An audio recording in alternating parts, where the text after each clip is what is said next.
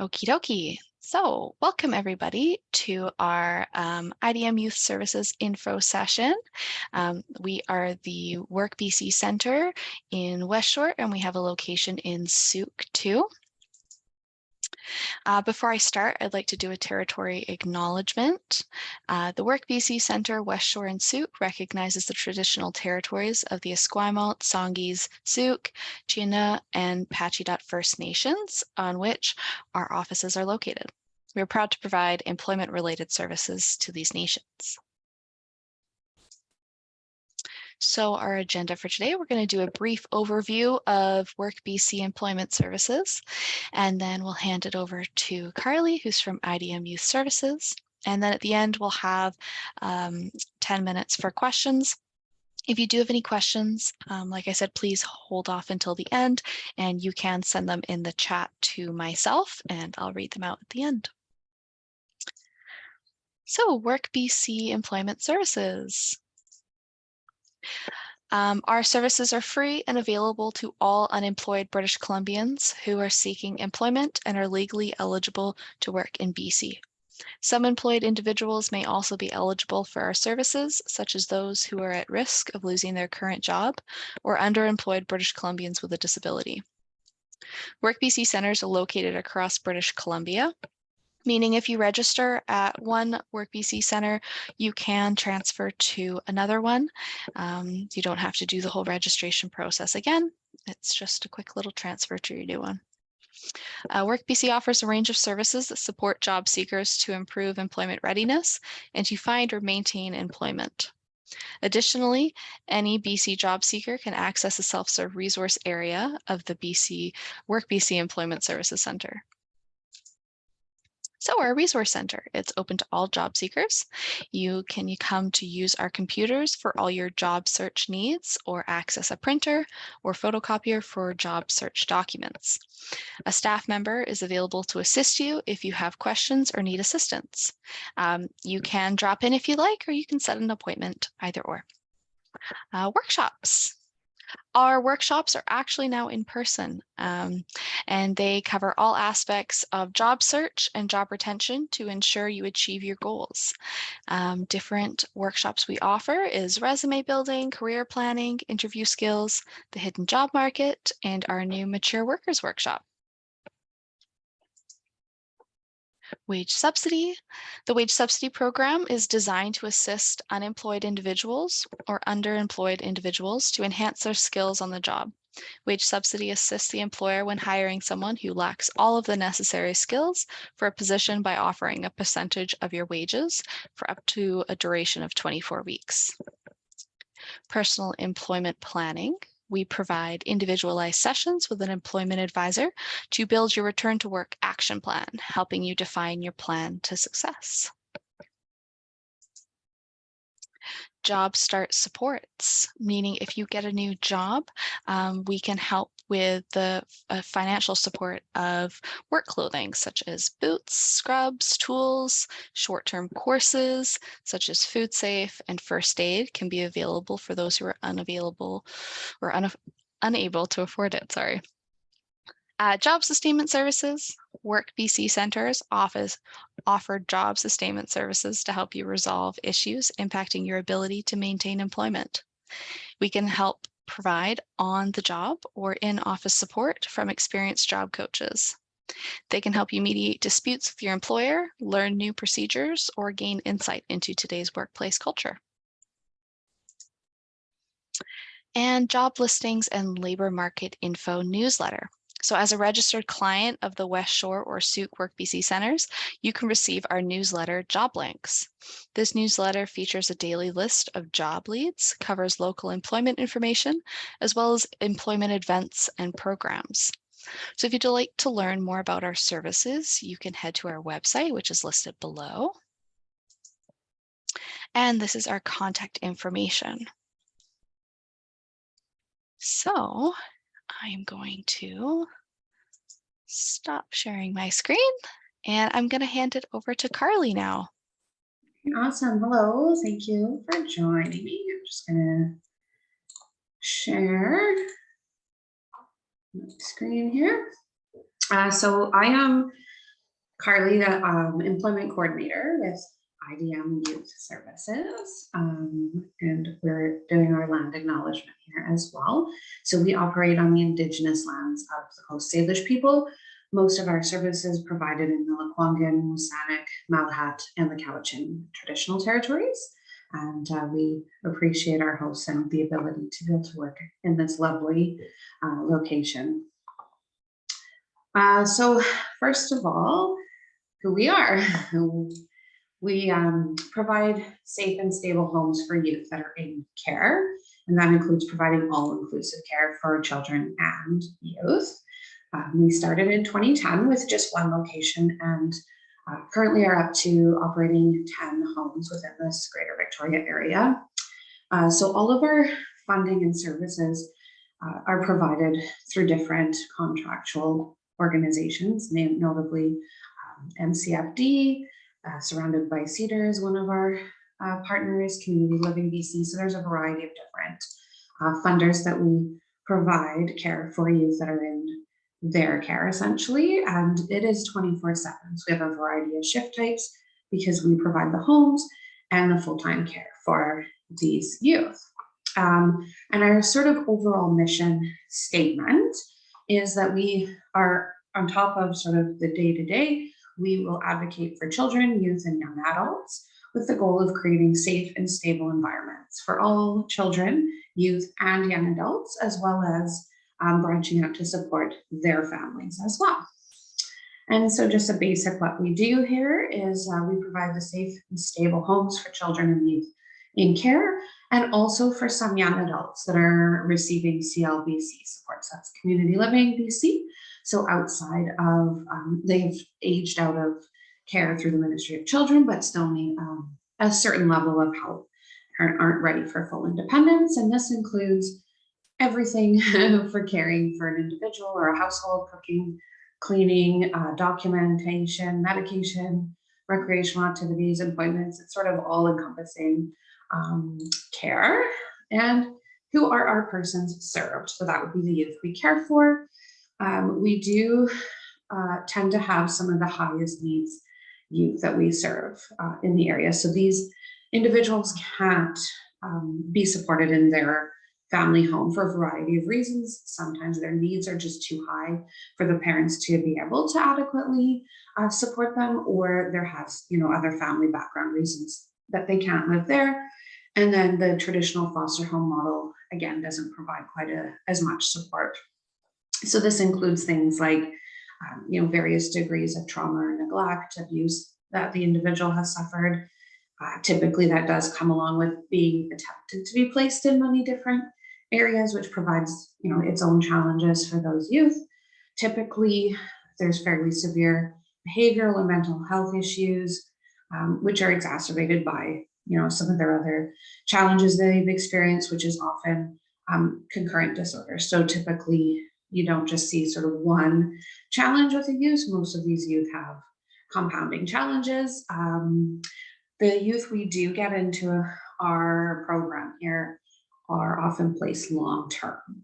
So it isn't usually just a couple months and then they're off somewhere else. We do often get these kids for years, and they do tend to be on the extreme end of their various diagnoses.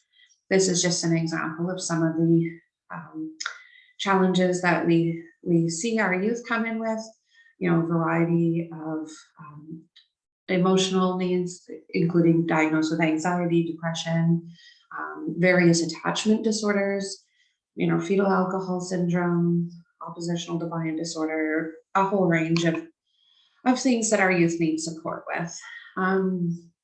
So our general philosophies and approaches in this kind of work. So we do focus on attachment theory and the fact that these youth typically have not had the chance to create a safe, regular attachment with most caregivers. And so we really focus on that relationship, building that secure attachment to caregivers. And so they feel safe and then they can grow from that point. And really part of the training and part of just the experience is learning how their past experiences do influence the way they cope with things, the way they react to negative, emotions and, their behaviors. So we do focus quite a lot on like non-punitive consequences, natural consequences. If you break something, well, now you don't have that to use, rather than coming up with an arbitrary outside um, external punishment, for example. And a large part of this is modeling healthy interactions and boundaries. Boundaries are really important, so we can hold firm boundaries without being punitive, and really focusing on things from a trauma informed perspective. I know this is sort of a phrase that's heard often around, but generally sort of learning a bit about the background and recognizing that trauma in childhood really does affect neurological development while our brain is young and trying to form those connections. Well, if we've had some kind of trauma in the past, then it will actually affect the way those neurons are formed in those pathways in the brain, which affects behavior and the ability to regulate emotions. And so a large part of the work that a residence worker, a youth worker with us would do is really just supporting the individual so that they can start to build healthy coping strategies. And again, it's all based on that relationship and that safe place, while recognizing that it is difficult. So when you are, say, learning about the backgrounds of some of these youth who have, had significant trauma, it can be very impactful on staff as well. And so there is an element that can happen if we're not careful as staff, that there can be this vicarious trauma essentially when dealing with sort of someone else's serious emotional background. And so really self-care for staff is super important, having, an outlet so that we can leave those things at work and not carry it through into kind of the rest of our life. And so, really a lot of the goal is just minimizing the stress response for our youth. So when a youth has had repeated trauma or abuse, their stress response is very quick.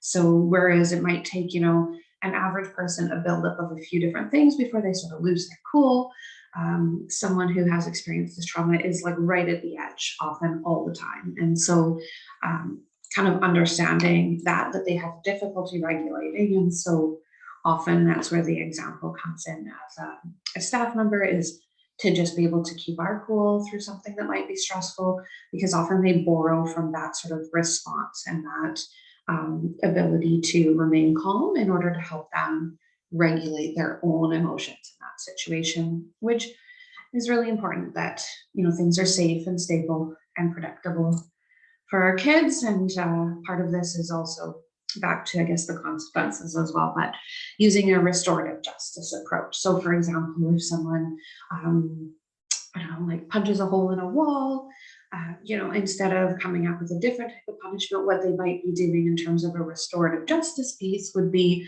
assisting the facilities team in actually doing the repair, maybe, going through the motions of fixing what happened, and really a harm reduction focus, as well as this person-centered practice is another word you may have, or phrase you may have heard.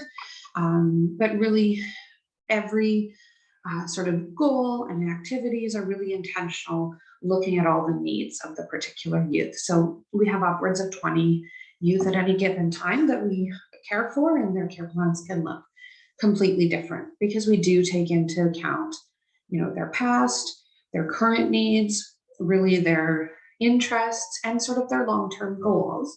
And we break those into shorter term chunks and then come up with sort of regular goal pieces for those individuals. And this last piece about mindful of personal bias and experience, or not internalizing responses, is our kids can say and act in ways that might seem pretty harsh to us, but really it's not about us as a staff member, it's their response to something else. And we also often can see the potential in the kids, like, oh, like you have this ability to do all these things, but if they're not quite at the point with recognizing that themselves, we just really need to meet them where they're at on any given day. And sort of a little bit more into the practical day-to-day piece of this position. A large part of it is spending time with our person served, hanging out with them, providing these goal-related activities, doing recreational activities. For example, one of our youth really enjoys going to the lake and swimming in the summer, so that's always a popular afternoon activity, is going for a walk down there and just hanging out, so it can be really fun. Completing all necessary documentation. So we do have a variety of like accreditation standards that we meet, and some other organizations that of course oversee our care and check it and make sure that everything is of the higher standard. So we have to do paperwork to and kind of acknowledge what's happened in the day and check all the boxes, and then everything for maintaining a household. So we go grocery shopping, we plan the meals for the day, we do the laundry, we encourage the youth to do their chores and take out the garbage and pieces like that. And then of course, when challenges come up, we're there as emotional and behavioral support. So there is a lot of things required in the job, and some days are, more skewed towards one activity than the other. Maybe the youth has a lot of appointments today, or maybe it's school meetings all day, or whatever that looks like. So it can vary quite a bit. So here's just some pictures of some of our staff and our former persons served having fun. But why work for IDM? Well, we definitely do meaningful work, and it does impact youth, their families, as well as the community as a whole. And like I mentioned, no 2 days are the same. Some days are good, some days are bad for sure, but overall they're definitely fun. Getting to do a lot of those kind of cool activities and come up with new ideas. Team members, our staff are wonderful. We have a whole huge diversity of staff too. We have people that are fresh turned 19 that come and work with us, and we have people all the way up into their 70s that are still working with us and with our kids. And people come here really wanting to support the youth, and so it's a really neat environment to come in where everyone has these same goals. And we do have a variety of shift types. So we have like morning shifts, we have evening shifts, we have overnight shifts, pretty much any kind of time of day, as well as we do have positions in a full-time capacity, part-time capacity, as well as casual roles. Really, we try and match what we have opened based on like what you're available for, and kind of put those together. Casual dress, we don't really have a very strict dress code. A lot of times you're hanging out, going for walks or things, so you want to be comfortable. And then all of our residents staff are members of the BCGEU union. So there is all the things and benefits that go along with being in a collective bargaining agreement, including things like we have a great benefits plan. So there is full extended health and dental once you've passed your probation, as well as we do have a municipal pension plan program. And then career growth, there's a few different levels of care within the homes, like senior workers, coordinators, etc. So there's quite a bit of ability to apply internally to kind of move through those pieces, as well as professional development. So there's quite a bit of training opportunities available. We do things like nonviolent crisis intervention, and then depending a lot on the needs of the youth you'd be working with. So we've done things like a suicide prevention program, or like earlier this year, some staff went over to Vancouver and did sort of an intensive few-day training program. So there's always opportunities to learn some new things, excuse me. And then sort of what we're looking for in staff really is a passion for helping other people. And excuse me, I'm gonna start coughing after all this talking, my apologies. Staff that can come in with a positive attitude and Non-judgmental and patient is really important. Working with some of these high needs.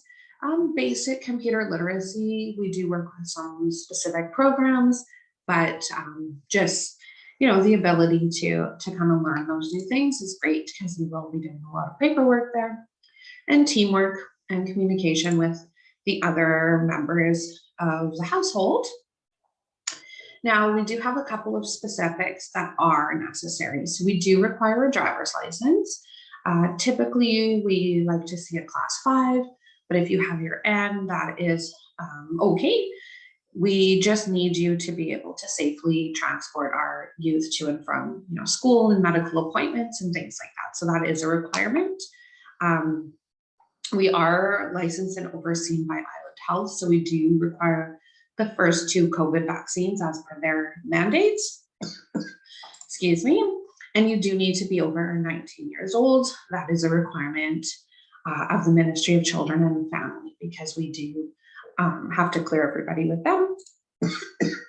And then these are sort of ideal ideas here, like the experience working with at-risk populations, as well as education or experience in like a related field. But there are people that come to us with certain life experience rather than professional experience or things like that. So we are open to lots of different backgrounds and things of people coming to us for various reasons. Steps to hiring. So basically, you'll have access to my contact information, but submitting your resume, cover letter if you choose. And then we do an in-person interview where we also go through these clearance process. So we do need like a driving abstract, a criminal record check, and vulnerable sector check through the Ministry of Justice. We do need the MCFD background check, some references, and there's an availability form. So we provide all these things to you and work you through the process if you're interested. And this is just my contact info, the jobs at idmys.ca, and our phone number. So there we go.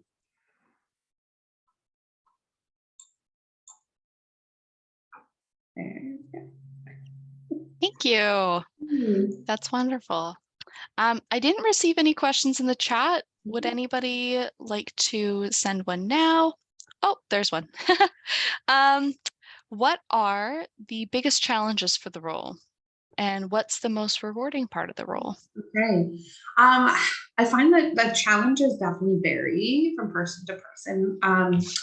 Personally, what I find is that the biggest challenge is really being able to detach emotionally because you want to not completely detach. You want to be able to remain, empathetic and caring and really form the relationships while also being able to go home and let some of those things go. We come up with all these plans and we have these amazing ideas and all this potential for the kids.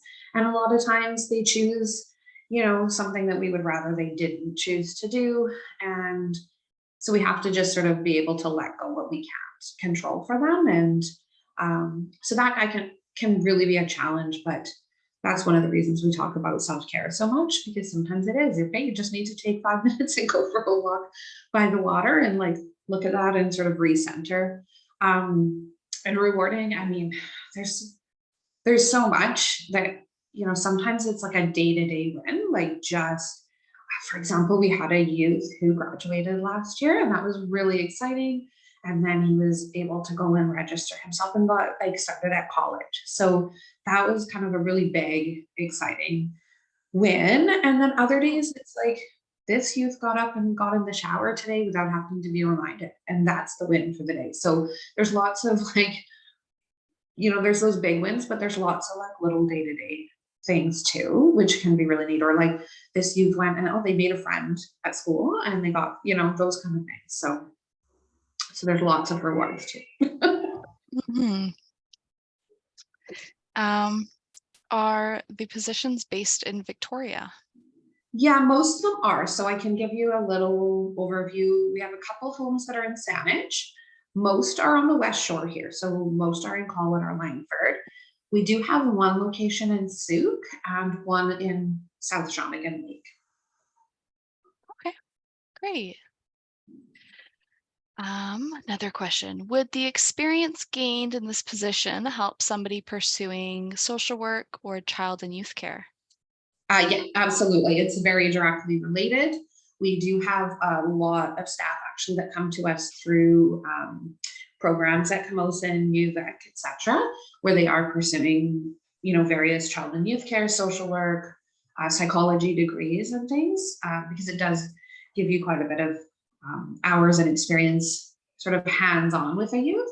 And also, we do work with a few of the local college and universities for practicum placements and co-op, etc. Actually, one of our managers 7 years ago now came here on a practicum and then left it and then stayed and has worked her way up. So now she's a senior manager. But yeah, definitely very related.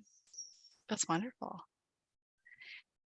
Are there any last minute questions? Oh, there you go. Do the youth homes have counseling support?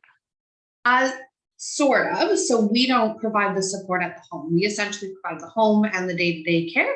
But every youth has a care team. So some of them have psychologists, counselors, doctors, occupational therapists, like a variety of people in their care team, and their social worker. So they do have access to all those supports that are set up, but it is typically like us taking them to those counseling appointments rather than someone who works for IDM that is a counselor. Mhm. Are they all at full capacity with wait lists? Um, Sort of. So the way we don't take direct wait lists, for example, we get contacted by the various ministries, like typically the Ministry of Children and Family, saying that they have an individual with a need and they would place them with us. So, but I believe right now, yeah, like all of our beds essentially are full. That's sort of how we get new kids. Mhm. Okay. Um, Somebody was asking, I know of several youth who need this service and wondered how they get referred. Yeah, so often it is through the social worker. So if you contact, there's a main contact, I believe, in Victoria for the Ministry of Children and Family, and they sort of refer to the variety of organizations in Victoria, because we're not, of course, the only ones. But that's how they come. So contacting someone through MCFD or through, depending on the needs, through like Ledger House, Queen Alexandra for the mental health supports, and then they refer out to who they think best supports the youth. Okay. Any more questions? Alrighty. Well, I think that's it. Thank you very much, Carly. Yeah, thank And you. to everybody who participated, I will be sending out a link with this video so you can watch it again if you missed any information. And I'll send out our contact information as well as IDM's contact information too. Awesome. Otherwise, I hope everybody has a great rest of their day. And I'm going to end the Zoom now. Thank you. Thank Okay, you. bye. Bye.